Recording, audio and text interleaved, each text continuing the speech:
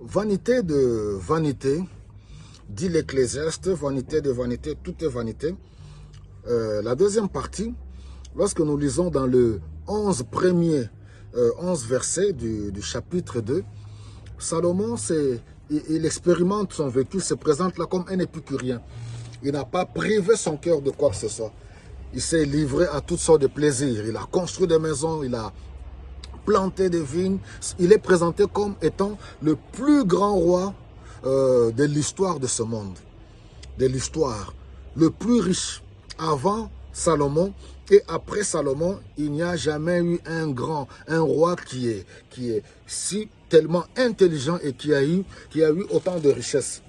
Mais il a compris et il dit que oui, tout n'est que fumée et tout part en fumée. Il a compris que sans Dieu, toutes ces choses ne valent absolument rien.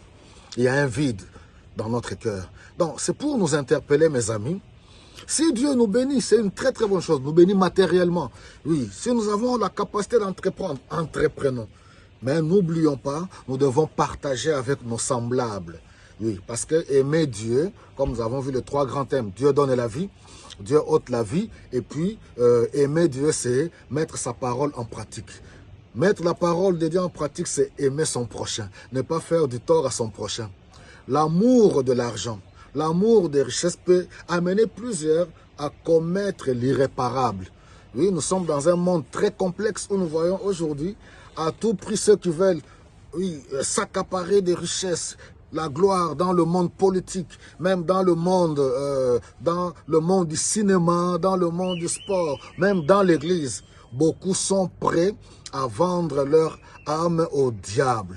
Beaucoup, les hommes comme les femmes, sont prêts à se livrer à des pratiques contre nature pour avoir de l'argent, pour avoir la gloire. Frères, sœurs, j'aimerais vous interpeller aujourd'hui, craignons Dieu. Parce que nous savons que beaucoup citent même Dieu.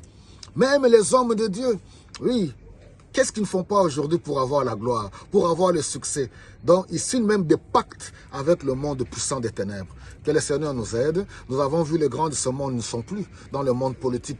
Nous avons vu le monde du cinéma, beaucoup étaient là. Nous avons vu des hommes et des femmes beaux, belles. C'est ce qui prouve que la vie terrestre est caractérisée par l'état passager. Mais c'est lui qui aime Dieu, c'est lui qui s'attache à Dieu, c'est lui qui a Christ, c'est lui qui met la parole de Dieu en pratique, vit éternellement. Que le Seigneur